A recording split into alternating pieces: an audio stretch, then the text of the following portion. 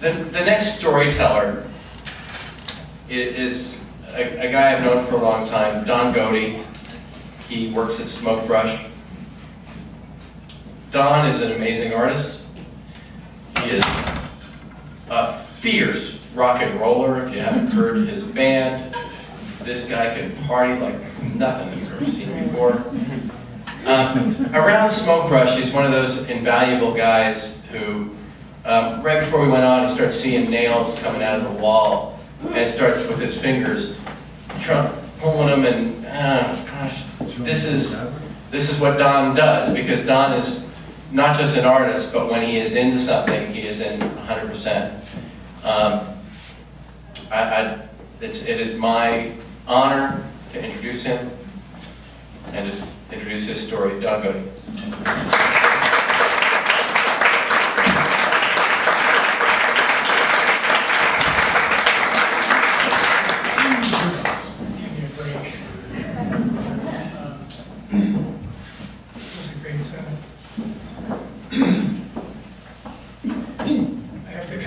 Story a little bit.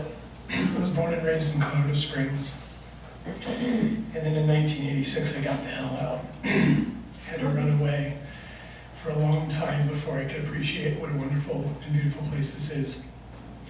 And I found myself in New York City, and I moved there in 1995, and I paid my last tax in 2005, and I moved back and married my childhood sweetheart, and live here with my family, and I'm now the executive director of the Smoke Brush, and I'm just having a ball.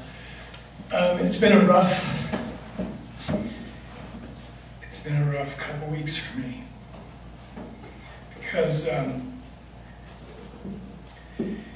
my neighborhood was the neighborhood that, if you guys see all the photos and the video, you see a trajectory from the towers, and you see everything going into a certain direction. Well, that direction was my neighborhood. It was a little neighborhood called Red Hook Carroll. It's Red Hook Carroll Gardens, and it's in Brooklyn. And I was there. I moved there in '95, and I kept my apartment until about 2007. Nonetheless, ironically, I was actually here in Colorado Springs on September 11th. I was visiting my dear, sweet grandmother. I always made a point of, I lived so far away for so long, I always made a point of getting back to Colorado Springs every 3 or 4 months to visit my grandmother. She's still alive. I see her almost every day, or I call her every day. But nonetheless, I was staying with her, and I was packing, and I was actually getting ready to get on a plane to come back to probably flying into LaGuardia. And I'm getting all packed up and, kind of getting all my stuff together, and the phone rings. And she answers the phone, and it's my dad. And my dad, I get on the phone and I say, "What's going on?" And he says, "You're not going anywhere." And I'm like, "Yeah, whatever. What are you talking about?" And he said, "Turn on the television." So I turned on the television, and I saw the second tower. Not a freaking clue what's going on. Don't have a clue. I mean, I'm looking at a tower, I'm looking at a plane, and they don't even know it's Al-Qaeda at that point. They don't know that it's Bin Laden. I had a sneaking suspicion that it might have been, because if you lived in New York for any amount of time leading up to the Twin Towers, you know that they train us and they tell us about this all the time. There were failed attempts all the time. Tribeca, I remember once there being a failed attempt in Tribeca, and we had to take cover. Nonetheless, I see the towers hit. The first thing I do is I call my girlfriend. I try to call my girlfriend. I can't get a hold of her. I have 2 dogs and a girlfriend back in New York, and many, many friends. I hang out with the guys from Sonic Youth. They have a studio on Murray Street. I think of them right away. I'm like, they have a studio right there. I mean, you can see the towers right from their studio.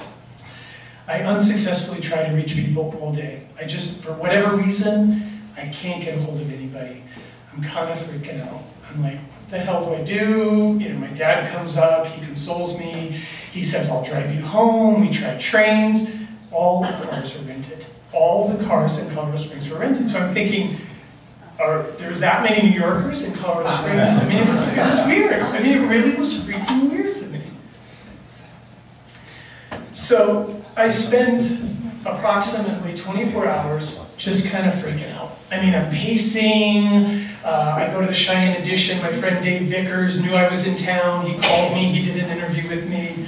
And he's doing lots of crazy stuff in New York. You know, he had interviewed me from time to time when I was visiting Colorado Springs. Finally, I find a flight. I can't get into New York. There's a lockdown. Colorado Springs isn't open at that point. Somehow, I get to Philadelphia. I get a flight to Philly. I go, I don't even care how I'm going to get from Philly to New York because I've done it a million times. I've been to Philadelphia more times than a convention. So I get to Philadelphia and I find a guy who's a stockbroker. We get in the car together, or I hitch a ride with him. He drives me to Jersey City. I know Jersey City because I have a studio there. Jersey City, no problem, get on the subway, boom, right to Brooklyn. All this is taking place within a couple of days. So it's actually the early morning of the 13th. So I have to live with the television, I have to live with the newspaper, I have to live with everything. I haven't talked to anybody. So I'm just in this nervous state of just, you know, what do I do? Who do I, you know, all these things are rushing through my head. So I finally get on the subway, and I take the most somber, depressing, weird, crazy subway ride from Jersey City, the PATH train, to the city, and then the city to Brooklyn, to Carroll Street Station. I get off, I'm walking the same walk that I've walked for how many years? 6 years. I walk down the street, I live on Summit Street, just past the BQE, and then that's when it changes, right at the BQE. Everything changes. I walk across a little footbridge, and everything is gray. Everything is gray. Every car is covered with gray dust, and there's paper everywhere. And so this is the reality that I'm dealing with now that I'm home. So I walk, and I'm picking up pieces of paper, I'm looking at the dust, I'm seeing it's just weird. It's surreal, it's strange. I'm trying to get to my apartment. I just want to see my girlfriend. I want to see my dogs. I look up and I see that I left my window open. That's one of the first things I noticed. And I live up on the top floor. I could see the World Trade Center like it was a stone's throw. I mean, it was just right there. Because if you look at Red Hook on a map and you look at the World Trade Center, it's right there. One of the first things I did when I moved into the apartment is I got on the roof, and I looked out and I took a picture of the World Trade Center. That's what you do. That's what you do when you move to New York. I mean, you look at these incredible buildings and you take the pictures. I walk up the steps, and at that point I had communicated with Janet. She was waiting for me. I walk up the stairs, I greet my dogs, I see her, I give her a big hug, we sit, we cry, we hold each other. And I grab my dogs and we do our thing. You know, we hang out. I go into my office, I see it's just destroyed. I see that all my computers are covered in gray matter. I don't remember getting much sleep that night. And this is where it gets even weirder. So the next morning, I walk the dogs every day. I walk the dogs around Red Hook, Brooklyn. I'm walking around and I start to see dumpsters. Somehow, they have decided, in order to get to the bodies quickly, they are dumping as much rubble as they can into dumpsters, and they're shipping them over through the river over into Brooklyn, and they're storing them for some odd reason in my neighborhood. Okay, and I didn't realize it at first, but I'm walking the dogs, and I'm starting to peek in these dumpsters, and I'm like, holy crap! This is it. This is the stuff. This is all the stuff we've been reading about. And of course, this whole time, I'm picking up everywhere I go. Picking up a piece of paper. I'm picking up things that I know have come from the towers. And I guess it had rained that night, so everything was wet and everything was sticking to stuff. So you're having to peel stuff off, and you can tell that it's been in water. So the artist in me, I start gathering stuff up. I start putting things in my pockets, I start putting things in my backpacks, whatever, and I start taking them home. And I'm also a hoarder, so that's what I do. I take the stuff into my apartment. So then it starts to get intense. I start walking through the neighborhood, and then you see the signs. You see the missing signs everywhere.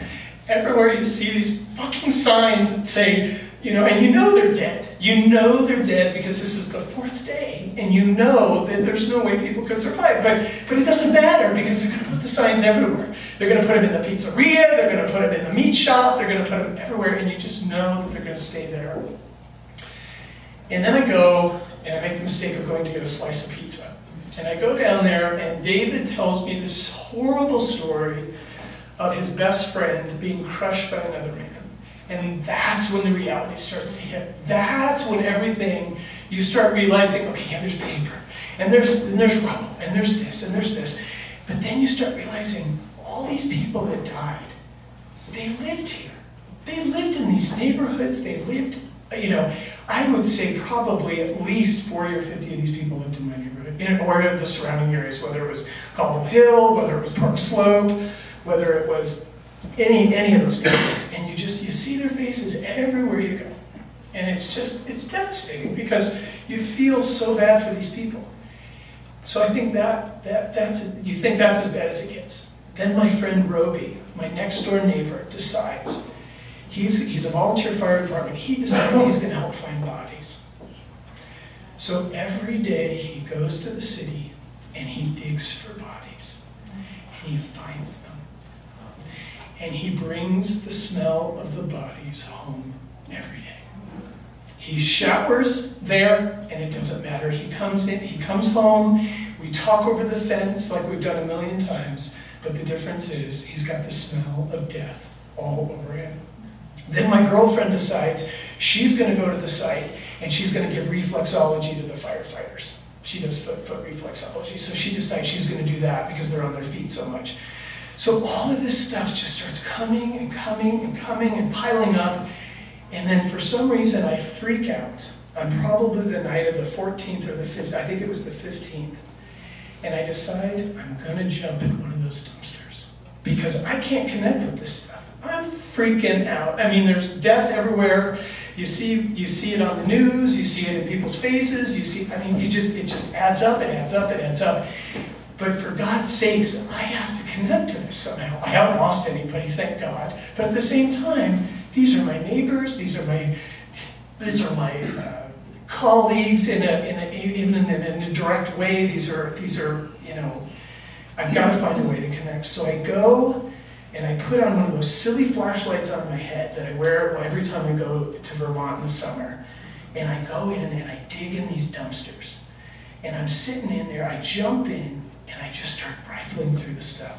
And I'm in there, I'm crying, I'm angry, I have no idea how to show my emotions. I just know that I have to connect. I start pulling out license plates, I start pulling out checks, I start pulling out cones, I just start, anything that I can grab, I just start shoving it into a paper, or a giant trash bag. And that's what I did. I filled it up and I wadded it up. I spent 2 or 3 hours in there. I took it home, I threw it in my closet, and I'm like, what next? So then all the artists get together and they decide, well, what are we going to do about this? How are we going to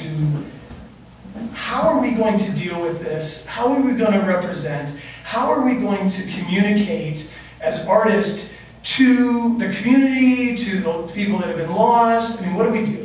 So they start to create, there's paintings, there's drawings, World War III Illustrated. Peter Cooper calls me up and says, hey, would you like to be in the next issue of World War III Illustrated? And he says, I need you to create something for it, because it was in your neighborhood, you have all this stuff. So I grab all this rubble and I start, oh, and I forgot a really important part. Roby was telling me the most horrible stories of finding bodies in this rubble. I mean, he was telling me that he'd find pieces, parts, and they'd have to take it and they'd have to isolate it. They put the arms in one place. I mean, it was just horrible, these stories that he told me. And I started to have nightmares. And I had nightmares, and I finally decided to make a mask, a death mask, out of all this rubble, because my grandfather taught me when I was a very, very young kid. He'd show me these little dolls that he brought back from Thule, Greenland, that every time the Inuits, I guess, the Inuits is the proper term, back then they called them Eskimos, if they had a nightmare, they would carve the nightmare in the bone or the ivory of one of the animals, whether it would be a tusk or would be a walrus or whatever. And so for some reason I got it in my mind that if I created something, that it would help with the nightmares. And so I made this mask, and it took me several days. And you can see it in the next room over there. And I piled it on for hours and hours, and I couldn't get it right, and I kept getting frustrated because I couldn't work with it. I finally got a mask. I put the mask on, and I put the rubble on top of it, and I just worked it out. And I cut all my hair out. I just cut my hair, and I started throwing my hair in the piece. And it looked weird, didn't look right, so I pulled a bunch of it out, and I left some of it in, and then there was maggots in it. And I freaked out. I'll never forget that day. I think it was that Saturday. There were maggots in the rubble, and I got so mad that I took a maggot, and I covered it in super glue, and I glued that little son of a gun right into the eye, and I thought, this is my statement. This is my statement. This is what happens when people die. There are maggots. And I put that maggot in there, and that little son of a bitch was gone 24 hours later.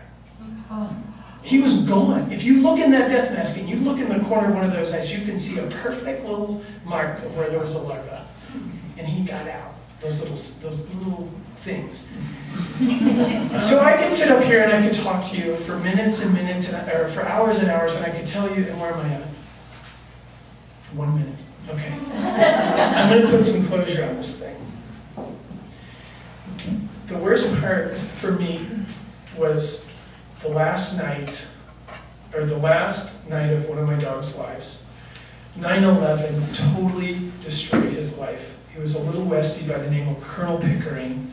He looked just like Colonel Pickering, and he was about 16 years old, so he'd had a good long life.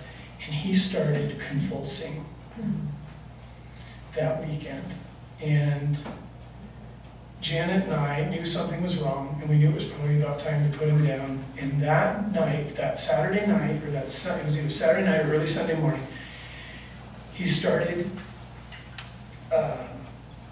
seizuring, and it was the most horrible thing I'd ever seen. His eyes went back in his head. He was incontinent. It was just horrible, and we didn't know what to do. We kept trying to call. The veterinarian was having issues with the 9/11, and they weren't completely open. And he started to convulse, and he went into the worst seizure that I've ever seen in my entire life. And Janet screamed to me from the other room, and she said, "We're going to have to euthanize him. We're going to have to put him down." And I said, "I can't do it." And she said, "We have to do it," because she had left the messages and the doctors wouldn't get back to us. And she brought him into me, and he was wiggling, and he was shitting all over the place, and he was just like freaking out, and he was just saying, "Kill me, kill me, kill me." And I was just like, oh, you're going to kill this dog that I've known for so many years. And I grabbed him, and I squeezed him, and I started to grab him, and I covered his head with a blanket, and I tried to smother him, but I couldn't smother him. I just couldn't kill him. I mean, I just can't. I'm not that guy. I'm not the guy that you want to have kill something. Just not. And just when I was just grabbing his head and trying to smother him, for some reason, he gave us a sign, and he just stopped. And I first thought he had died, and I thought I had killed him, and I pulled off the blanket, and he looked at me in his little eyes, and he said, "I'm going to be all right." And he just laid there, and we held him, and we held him, and I swear to you, not an hour later, maybe 2 hours later, we got the call, and the doctor said we could bring him in to euthanize him. And I took him down with Janet, and we laid him in there, we held him while they put him down. And in a lot of ways, putting him down that day, just 4 or 5 days after that horrible, horrible day, it really kind of helped me, because I knew that he didn't want to live anymore, and the least we could do was put him down. And that's really all I have to say right now.